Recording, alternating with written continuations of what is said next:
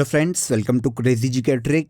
तो आइए daily current affairs की सीरीज को आगे बढ़ाते हैं और आज के इस वीडियो में हम 19 सितंबर 2023 के सभी करंट अफेयर्स को एक एक करके यहाँ पर डिस्कस कर लेते हैं। वीडियो में एंड तक बने रहिएगा। वीडियो पसंद आए तो वीडियो को लाइक और शेयर कर दीजिएगा। तो आज के करंट अफेयर का सबसे पहला क्वेश्चन देखिए, क्रिकेट एशिया कप 2023 किसने जीता है? आप सभी जानते हैं कि क्रिकेट एशिया कप 2023 का जो खिताब है वो फाइनल में भारत ने श्रीलंका को हराकर जीता है। खेला कहाँ गया था?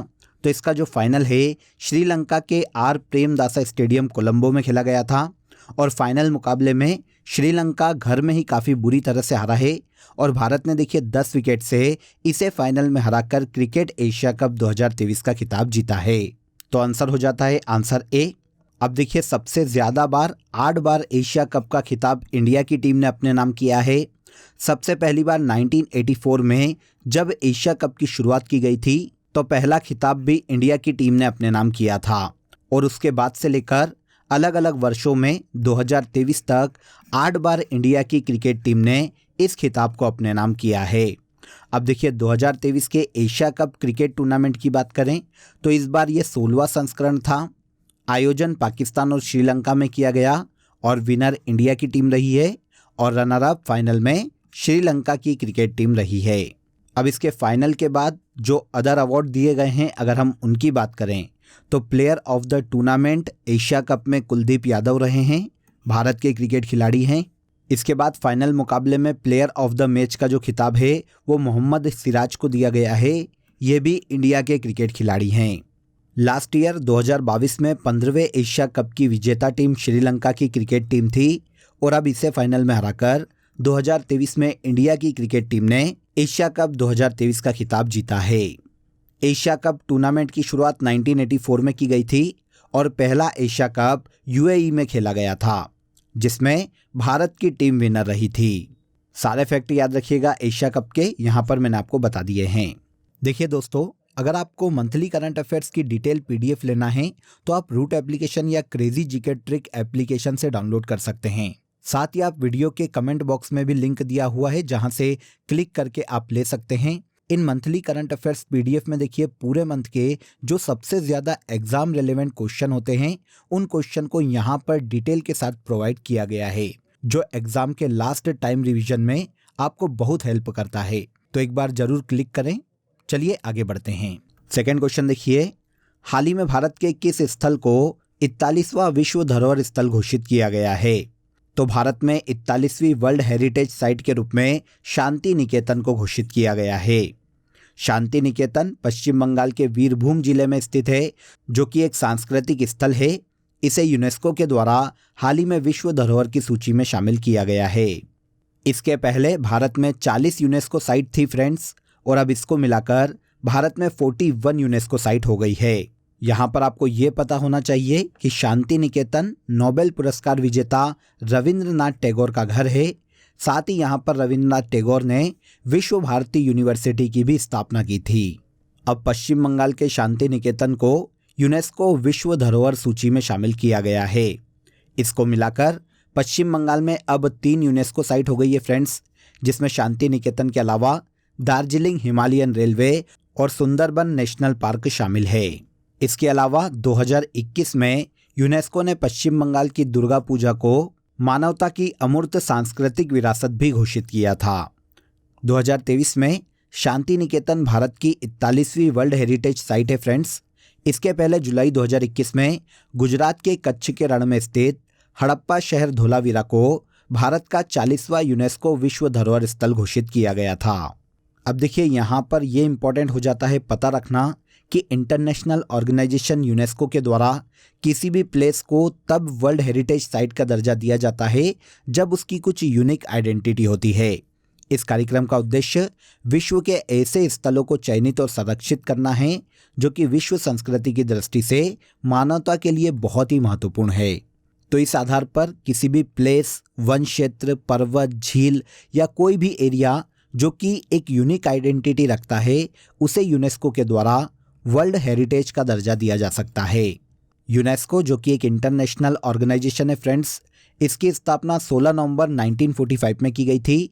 मुख्यालय फ्रांस पेरिस में स्थित है और आंद्रे एजोले वर्तमान में इस संस्था के डायरेक्टर जनरल के पद पर है। अब देखिए, वर्तमान में भारत में 41 यूनेस्को वर्ल्ड हेरिटेज साइट्स हैं, जिनमें से 7 नेचुरल है, 33 कल्चरल है और एक मिक्स्ड वर्ल्ड हेरिटेज साइट है। इसको मिलाकर वर्तमान में भारत में 41 यूनेस्को साइट्स हैं। हाल ही में किसे शामिल किया गया है? तो पश्चिम बंगाल के शांति निकेतन को वर्ल्ड हेरिटेज साइट का दर्जा दिया गया है। इसके बाद नेक्स्ट क्वेश्चन देखिए, डायमंड लीग फाइनल में नीरज चोपड़ा ने कौन सा पदक जीता है? तो हाल ही में देखिए, डायमंड लीग का जो फाइनल है वो अमेरिका के यूजीन में आयोजित किया गया था, जिसके फाइनल में भारत के नीरज चोपड़ा ने सिल्वर मेडल जेवलिन थ्रो में अपने नाम किया है। आंसर भी हो जाएगा। देखिए, डायमंड लीग के फाइनल में भारत के नीरज चोपड़ा ने 83.80 मीटर का भाला फेंका है और इसके साथ ये दूसरे स्थान पर रहे हैं। पहले स्थान की बात करें तो जो गोल्ड है इस फाइनल में वो चेक रिपब्लिक के जेकब ने जीता है।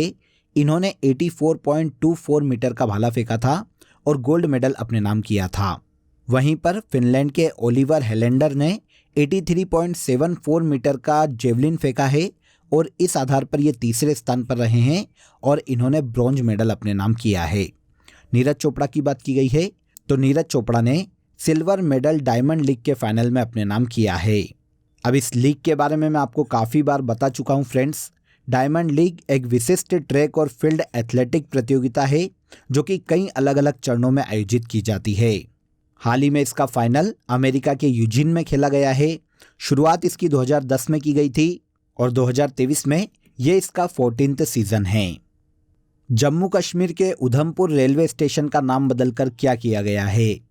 तो जम्मू कश्मीर में स्थित उधमपुर रेलवे स्टेशन का नाम बदलकर शहीद कैप्टन तुषार महाजन रेलवे स्टेशन कर दिया गया है। आंसर डी हो जाएगा।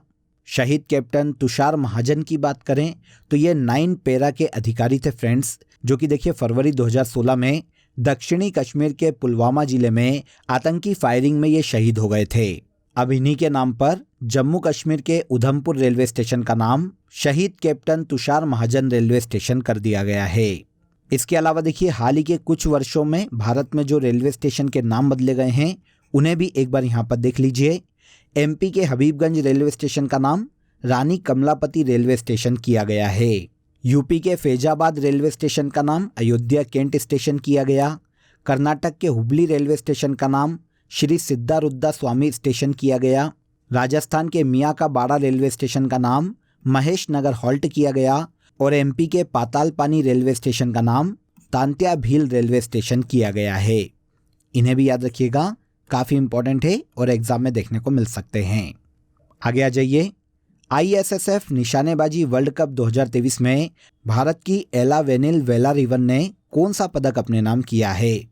तो देखिए, भारत की एला वेनिल ने ISSF निशानेबाजी वर्ल्ड कप 2023 में गोल्ड मेडल अपने नाम किया है। इसका आयोजन कहाँ किया जा रहा है?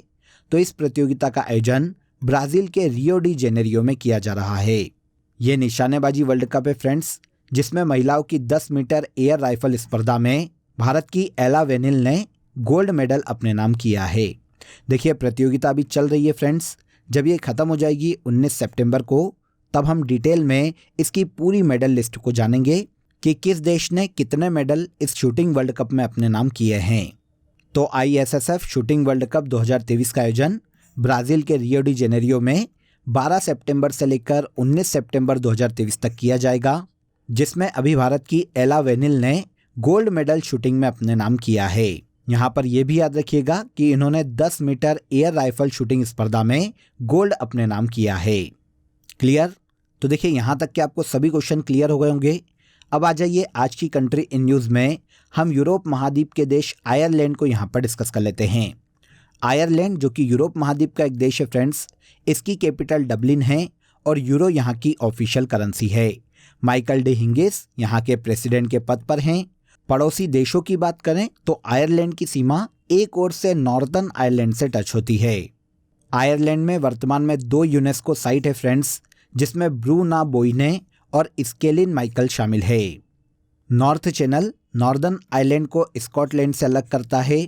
सेंट जॉर्ज चैनल आयरलैंड को वेल्स से अलग करता है। शैनन नदी आयरलैंड की सबसे लंबी नदी है और कैरोटू हिल आयरलैंड की सबसे ऊंची चोटी है। ग्लोबल कॉम्पिटिटिवनेस इंडेक्स 2023 में आयरलैंड दूसरे स्थान पर है और इसके अलावा जीडीपी पर कैपिटा 2023 में आयरलैंड विश्व में पहले स्थान पर है। तो आयरलैंड जो कि यूरोप महाद्वीप का एक देश है, इसकी कैपिटल डबलिन है। काफ़ी बार एग्जाम में ये हमें देखने को मिली है। एक फैक्ट याद रखिएगा। नेक्स्ट क्वेश्चन पर आते हैं। टाइम मैगजीन की दुनिया की टॉप 100 कंपनियों की लिस्ट में भारतीय कंपनी इन्फोसिस कौन से स्थान पर है? तो देखिए, टाइम मैगजीन की दुनिया की टॉप 100 कंपनियों की लिस्ट में भारतीय कंपनी इन्फोसिस को 64 नंबर पर रखा गया है। आंसर ए हो जाएगा। अब इसी टाइम मैगजीन के अनुसार वर्ल्ड की टॉप 4 कंपनियों की बात करें तो इनमें माइक्रोसॉफ्ट पहले स्थान पर है, एप्पल दूसरे स्थान पर है, अल्फ़ाबेट जो कि गूगल की कंपनी है ये तीसरे स्थान पर है और मेटा मतलब फेसबुक चौथे स्थान पर है। यहाँ पर ये याद रखिएगा, इन चारों टॉप कंपनियों का जो हेडक्वार्टर है वो यूएसए में स्थित है। अब देखिए फ्रेंड्स, टाइम मैगजीन की इस रिपोर्ट में वर्ल्ड की 750 वैश्विक कंपनियों को रैंक दी गई थी, जिसमें इन्फोसिस के अलावा भारत की 7 और कंपनियों को शामिल किया गया है। टॉप 100 में तो इन्फोसिस 64वें नंबर पर है। इसके अलावा आईटी कंपनी विप्रो 174 नंबर पर, महिंद्रा ग्रुप 210 नंबर पर, रिलायंस इंडस्ट्री को 248वां स्थान दिया गया है, HCL टेक्नोलॉजी को 262 स्थान पर रखा गया है और इसी तरह HDFC bank 418, WNS global service 596 और ITC को 672 स्थान पर रखा गया है। यहाँ पर टॉप 100 की बात की गई है तो इसमें भारतीय कंपनी इन्फोसिस 64 नंबर पर है। अब टाइम मैगजीन की बात करें तो ये लगभग 100 साल पुराना वैश्विक मीडिया ब्रांड है फ्रेंड्स, जो कि यूएसए की एक समाचार एजेंसी है। ये हर साल व्यक्तियों और कंपनी आदि को अलग अलग आधारों पर रैंक प्रदान करने का कार्य करती है। नेक्स्ट क्वेश्चन पर आइए। हाल ही में कितने कलाकारों को संगीत नाटक अकादमी अमृत पुरस्कार प्रदान किए गए? तो हाल ही में देखिए, भारत के 84 कलाकारों को संगीत नाटक अकादमी अमृत पुरस्कार प्रदान किए गए हैं। भारत के वाइस प्रेसिडेंट जगदीप धनखड़ ने आज़ादी के अमृत महोत्सव के अवसर पर देश की प्रदर्शन कला के क्षेत्र में 84 कलाकारों को संगीत नाटक अकादमी अमृत पुरस्कार प्रदान किए। देखिए, इस पुरस्कार की बात करते हैं तो ये जो पुरस्कार है उन कलाकारों को प्रदान किए जाते हैं जो कि 75 वर्ष की आयु से अधिक हैं और इन्हें अपने करियर में कोई भी राष्ट्रीय सम्मान इनकी योग्यता के लिए प्रदान नहीं किया गया है। तो इन कलाकारों को संगीत नाटक कला अकादमी के द्वारा ये पुरस्कार प्रदान किए जाते हैं। इस अमृत पुरस्कार के तहत प्रशस्ति पत्र के अलावा 1 लाख रुपए की नगद राशि प्रदान की जाती है। तो 2023 में संगीत नाटक अकादमी अमृत पुरस्कार 84 कलाकारों को प्रदान किए गए हैं। चर्चित ली तूफान किस महासागर से शुरू हुआ है? तो चर्चित ली तूफान देखिए, हाल ही में उत्तरी अटलांटिक महासागर से शुरू हुआ है, जो कि देखिए एक उष्णकटिबंधीय चक्रवाती तूफान है। आंसर ए हो जाएगा। उत्तरी गोलार्ध में ये उत्तरी अटलांटिक महासागर में आया है फ्रेंड्स, जिससे देखिए कनाडा का पूर्वी क्षेत्र प्रभावित हुआ है। इस तूफान की गति लगभग 110 किलोमीटर प्रति घंटे की है। तो ली तूफान उत्तरी अटलांटिक महासागर में देखने को मिला है। एक उष्णकटिबंधीय तूफान है। अगर हम उष्णकटिबंधीय चक्रवात या तूफान की बात करें कि ये क्या होता है, तो उत्तरी और दक्षिणी दोनों गोलार्धों में 5 डिग्री अक्षांश से लेकर 30 डिग्री अक्षांश के मध्य में ये उष्णकटिबंधीय चक्रवात उत्पन्न होते हैं।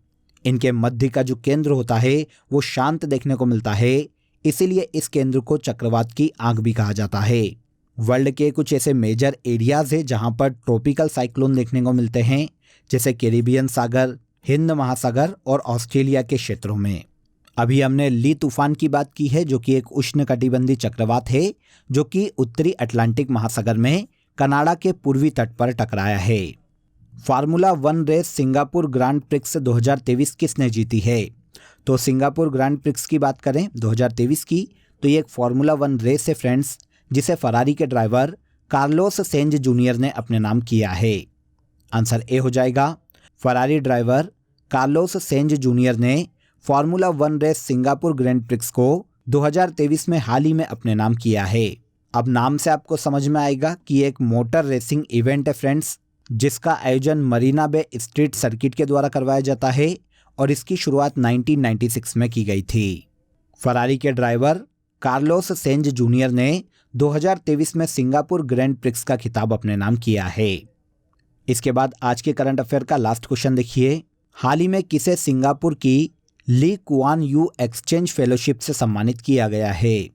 तो पहले तो देखिए ये याद रखिएगा कि Lee Kuan Yew exchange fellowship Singapore की है, जो कि हाल ही में असम के मुख्यमंत्री हिमंत बिस्वा शर्मा को दी गई है। आंसर सी हो जाएगा। हेमंत बिस्वा शर्मा असम के पहले ऐसे मुख्यमंत्री हैं जिन्हें हाल ही में सार्वजनिक सेवा में विशिष्ट योगदान के लिए Lee Kuan Yew exchange fellowship Singapore से सम्मानित किया गया है। हेमंत बिस्वा शर्मा के पहले देखिए मध्य प्रदेश के मुख्यमंत्री शिवराज सिंह चौहान, पूर्व केंद्रीय मंत्री अरुण शौरी जैसे व्यक्तियों को भी इस फेलोशिप से सम्मानित किया जा चुका है। लेकिन हेमंत बिस्वा शर्मा असम के पहले ऐसे मुख्यमंत्री हैं जिन्हें 2023 में सिंगापुर की Lee Kuan Yew exchange fellowship दी गई है। यह जो फेलोशिप है सिंगापुर के संस्थापक प्रधानमंत्री ली कुआन यू के सम्मान में प्रदान की जाती है। ऐसे व्यक्तियों को दी जाती है जिन्होंने सार्वजनिक सेवा के क्षेत्र में विशिष्ट योगदान दिया हो। तो 2023 में यह फेलोशिप असम के मुख्यमंत्री हिमंत बिस्वा शर्मा को दी गई है। ओके, तो यहाँ पर देखिए हमने 19 सितंबर 2023 के सभी करंट अफेयर्स को डिटेल में समझ लिया। अब आ जाइए आज की फैक्ट शीट में हम मेजर सिंबल्स को समझ लेते हैं कि कौन सा सिंबल किस चीज़ में यूज़ किया जाता है या किसका प्रतीक चिन्ह है। तो कलम की बात करें तो ये संस्कृति और सभ्यता की प्रतीक है। इसके अलावा कमल का फूल भी संस्कृति और सभ्यता का ही प्रतीक है। रेड क्रॉस कब दिखाया जाता है? तो डॉक्टरी सहायता एवं अस्पताल का चिन्ह होता है रेड क्रॉस। रेड फ्लैग की बात करें तो ये क्रांति या फिर खतरे का सूचक होता है। रेलवे में देखा होगा आपने, अगर रेड लाइट है तो वो खतरे का सूचक है। काला झंडा मतलब ब्लैक फ्लैग विरोध का प्रतीक होता है। काफ़ी सारे मैचेस में जो खिलाड़ी होते हैं वो अपने बाहों पर काली पट्टी बांधकर या फिर जो हैंड होता है लेफ्ट या राइट हैंड वहाँ पर काली पट्टी बांधकर गेम खेलते हैं, मतलब वो विरोध का प्रतीक होता है। इसके अलावा शोक का भी प्रतीक होता है। आगे आइए, पीले झंडे की बात करें तो संक्रामक रोगग्रस्त लोगों को ले जाने वाले वाहन पर लगा होता है। उल्टा झंडा संकट का प्रतीक है। झुका हुआ फ्लैग राष्ट्रीय शोक का प्रतीक है। और सफ़ेद झंडे मतलब वाइट फ्लैग की बात करें तो ये संधि या समर्पण का प्रतीक है। इन सभी सिंबल्स को याद रखिएगा, आपको कहीं ना कहीं ये देखने को मिलते ही हैं तो इम्पॉर्टेंट हो जाते हैं। अब आ जाइए, लास्ट डे के सेशन में जो करंट अफेयर हमने डिटेल में समझा था उसे हम एक बार यहाँ पर रिवाइज कर लेते हैं। प्रसिद्ध गोटमार मेला मध्य प्रदेश राज्य में आयोजित किया जाता है। हाल ही में ईडी के कार्यवाहक निदेशक के रूप में राहुल नवीन को नियुक्त किया गया है। यहाँ पर कार्यवाहक कर लीजिएगा।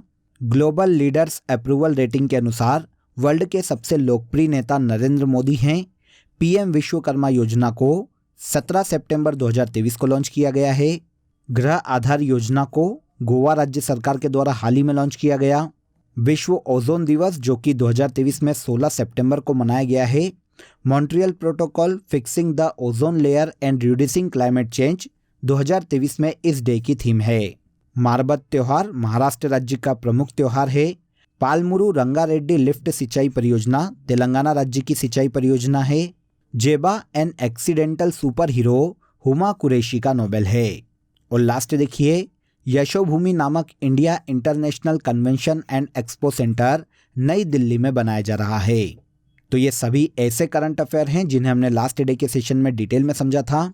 अब आज के लिए आपका क्वेश्चन ऑफ द डे है, ध्यान से सुनिएगा। नाबार्ड की स्थापना किस वर्ष की गई थी? इंपॉर्टेंट क्वेश्चन है, कमेंट में ज़रूर बताइएगा कि इसका आंसर क्या है। इसके अलावा दोस्तों आप सभी के लिए एक इम्पॉर्टेंट अपडेट है। अब आपके लिए क्रेजी जीके ट्रिक के सभी कोर्सेज वेबसाइट पर भी अवेलेबल है। ये सभी कोर्सेज आप सभी की रिक्वायरमेंट और लेटेस्ट एग्जाम पैटर्न को ध्यान में रखकर डिज़ाइन किए गए हैं। यहाँ हम बेसिक कॉन्सेप्ट के साथ साथ कॉम्प्रिहेंसिव लर्निंग पर फोकस करते हैं। तो एक बार ज़रूर वेबसाइट पर विजिट करें, इसका लिंक आपको डिस्क्रिप्शन बॉक्स में दिया गया है। तो आज के इस वीडियो में बस इतना ही। अगर वीडियो अच्छा लगा हो तो वीडियो को लाइक और शेयर कर दीजिए, चैनल को सब्सक्राइब कर लीजिए। कल फिर मुलाकात करेंगे नेक्स्ट डे के करंट अफेयर में। तब तक अपना ख्याल रखिए। जय हिंद, जय भारत।